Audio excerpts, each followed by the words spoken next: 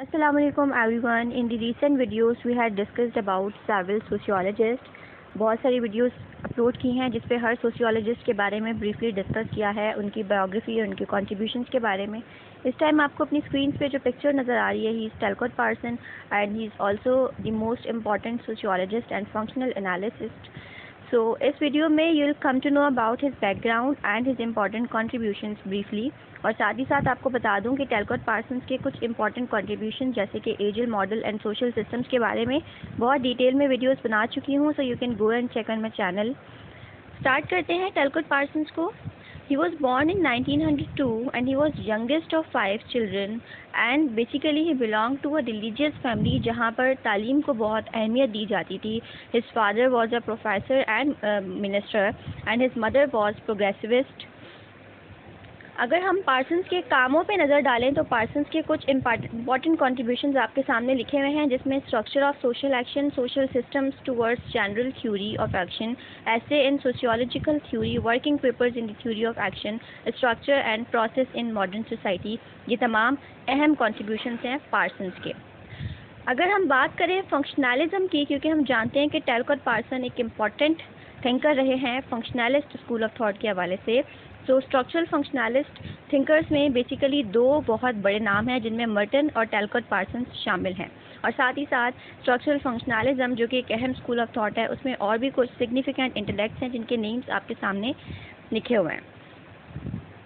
अगर हम Talcott Parson के कॉन्ट्रीब्यूशंस एंड कॉन्सेप्ट्स की बात करें, so first of all he generated a grand theory of society, जिसमें इन्होंने एक्सप्लेन किया था सोशल बिहेवियर को हर जगह पे, हिस्ट्री में भी, और एट दी एंड जब इन्होंने सोशल बिहेवियर को स्टडी कर लिया डिटेल में हिस्ट्री को मिलाकर, तो उसके बाद वो एक नतीजे पर पहुँचे जिसको हम स्ट्रक्चर फंक्शनलिज्म के नाम से जानते हैं।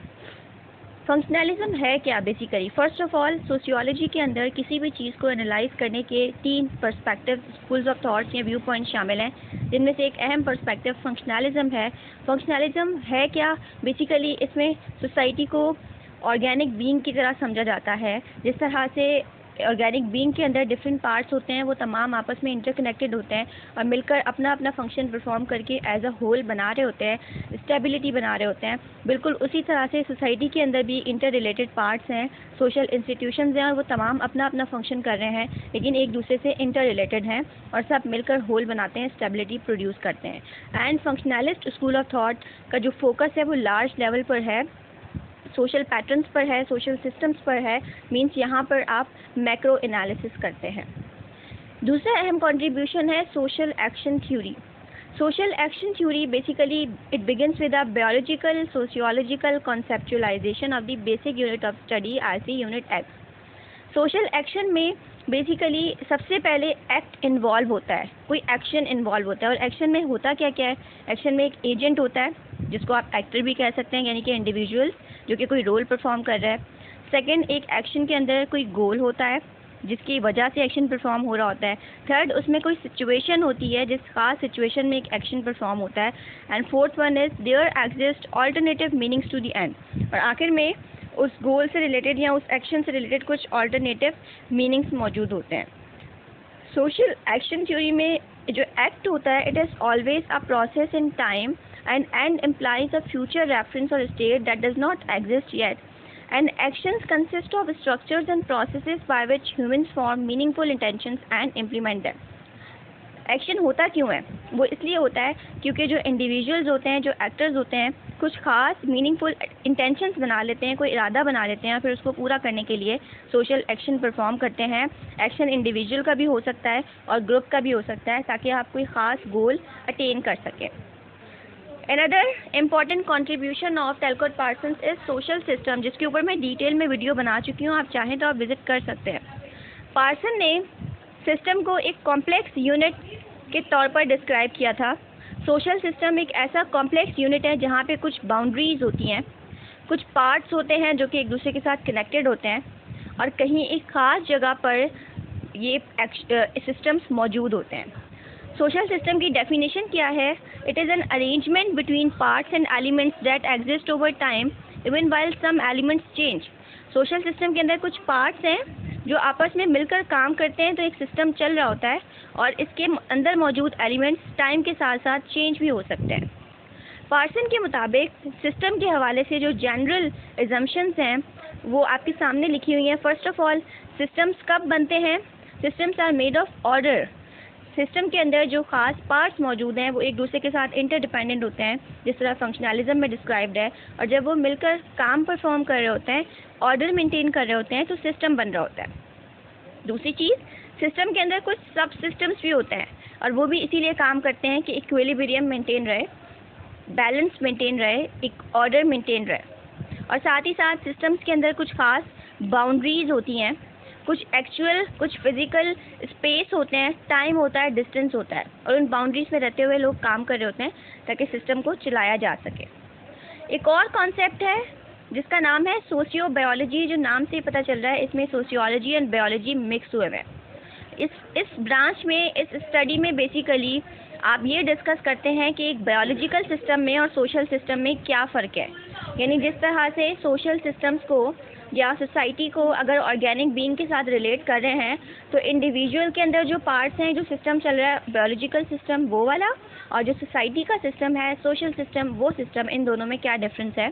तो आपके सामने डिफरेंसेस लिखे हुए हैं। फर्स्ट ऑफ ऑल, अगर ग्रोथ की बात की जाए तो एक इंडिविजुअल ग्रो करता है और एक ख़ास टाइम पर रुक जाता है, जबकि जो सोशल सिस्टम्स होते हैं वो स्टैटिक होते हैं कुछ अरसे के लिए, देन ग्रो करते हैं और उसके बाद बढ़ते ही रहते हैं, उनमें चेंजेस आते रहते हैं। स्पेशल की बात की जाए तो बायोलॉजिकल सिस्टम में कुछ बाउंड्रीज़ होती हैं, वो बाउंडेड होते हैं, और जो सोशल सिस्टम्स हैं उनमें बाउंड्रीज़ या लिमिटेशंस फिक्स्ड नहीं होती हैं। अगर टाइम की बात की जाए तो बायोलॉजिकल यूनिट्स की कुछ लिमिटेशंस होती हैं, यानी कि मोर्टालिटी, जिसको डेथ कहा जाता है। यानी एक इंसान, एक बायोलॉजिकल बीइंग मर सकता है, लेकिन सोशल यूनिट जो हैं वो सदियों तक सर्वाइव कर सकते हैं। एंड फोर्थ है, अगर पार्ट्स की बात की जाए तो biological systems are often specialised and dependent on the whole for its survival.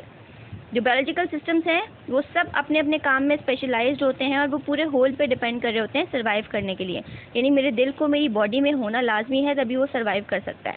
जबकि जो सोशल सिस्टम्स हैं उनको आप इजीली रिप्लेस कर सकते हैं and the systems can move on. अगर आप एक सिस्टम को सोसाइटी में से निकाल दें तो होल पे ज़रूर फ़र्क पड़ेगा, लेकिन उस सिस्टम को आप चला सकते हैं। एक और अहम कंट्रीब्यूशन जो कि टैलकॉट पार्सन ने प्रेजेंट किया था उसका नाम है एजिल मॉडल। टैलकॉट पार्सन के मुताबिक किसी भी सिस्टम को चलाने के लिए 4 अहम फंक्शंस होने लाजमी हैं, जिसको वो एजिल का नाम देते हैं। A for adaptation, G for goal attainment, I for integration and L for latency। ये 4 फंक्शन किसी भी सिस्टम में होंगे तो वो इजीली सर्वाइव कर सकता है। तो देखते हैं ये 4 सिस्टम्स कौन से हैं। First of all, adaptation. कोई भी सिस्टम अपने इर्द गिर्द के माहौल के हिसाब से, चेंजेस के हिसाब से अगर ख़ुद को अडेप्ट नहीं करेगा तो वो ख़त्म हो जाएगा। अगर मैं एक सिस्टम में मौजूद हूँ और मेरे इर्द गिर्द के सिस्टम्स टेक्नोलॉजी को अडेप्ट कर रहे हैं तो मुझे भी करना पड़ेगा, वरना मैं सर्वाइव नहीं कर पाऊँगी। सेकेंड है गोल अटेनमेंट। कोई ख़ास गोल बनाना, क्लियर गोल्स बनाना और उनको अटेम्प्ट करना कि उनको अटेन किया जा सके, ये भी एक अहम पार्ट है, एक अहम गोल है। अगर आप गोल्स को अटेन नहीं करते हैं तो भी आप सिस्टम को नहीं चला सकते, ज़ाहिर है आपके गोल ही अटेन नहीं हो रहे। Then third one is integration, means तमाम जो एक्टर्स हैं और सिस्टम है, जो इंडिविजुअल्स हैं और सिस्टम है, वो आपस में इंटीग्रेटेड हो, एक रेगुलेशन हो, कोऑर्डिनेशन हो, ताकि चीज़ें स्टेबिलिटी और ऑर्डर के साथ चल सके। And fourth is latency. Latency का मतलब होता है tension maintenance and pattern maintenance, एक मेंटेन्ड वे में चलना चीज़ों का। सिस्टम को हम सिस्टम कहते ही क्यों है, क्योंकि उसमें एक पैटर्न होता है जो कि फॉलो किया जा रहा होता है, और उस पैटर्न को मेंटेन रखना और फॉलो करना बहुत ज़रूरी है। एक और अहम कंट्रीब्यूशन है टैलकॉट पार्सन्स का, जो है ऑर्गेनाइजेशन। पार्सन्स ऑर्गेनाइजेशन को डिफ़ाइन करते हैं a broad type of collectivity which has assumed a particularly important place in modern society, and goal attainment is the defining characteristic of organization। Talcott Parson के मुताबिक organisation एक बहुत बड़ी collectivity है, broad collectivity है, जहाँ पर मॉडर्न सोसाइटी में जिसकी बड़ी अहमियत है, और गोल अटेनमेंट के हिसाब से ऑर्गेनाइजेशन की टाइप होती है। यानी जिस तरह का गोल होगा उसी टाइप की ऑर्गेनाइजेशन होगी, जिसको टैलकॉट पार्सन इन के सामने जो टाइप्स लिखी हुई हैं इसमें डिवाइड करते हैं।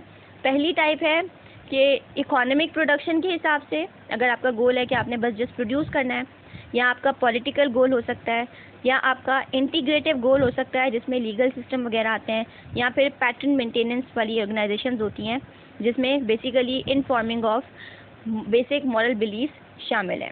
सो ये कुछ अहम कॉन्ट्रीब्यूशन थे टैलकॉट पार्सन्स के। मुझे उम्मीद है कि आपको समझ आ गए होंगे, और अपने कमेंट्स, अपने फीडबैक ज़रूर मुझसे शेयर किया करें और मुझे सपोर्ट करते रहिए।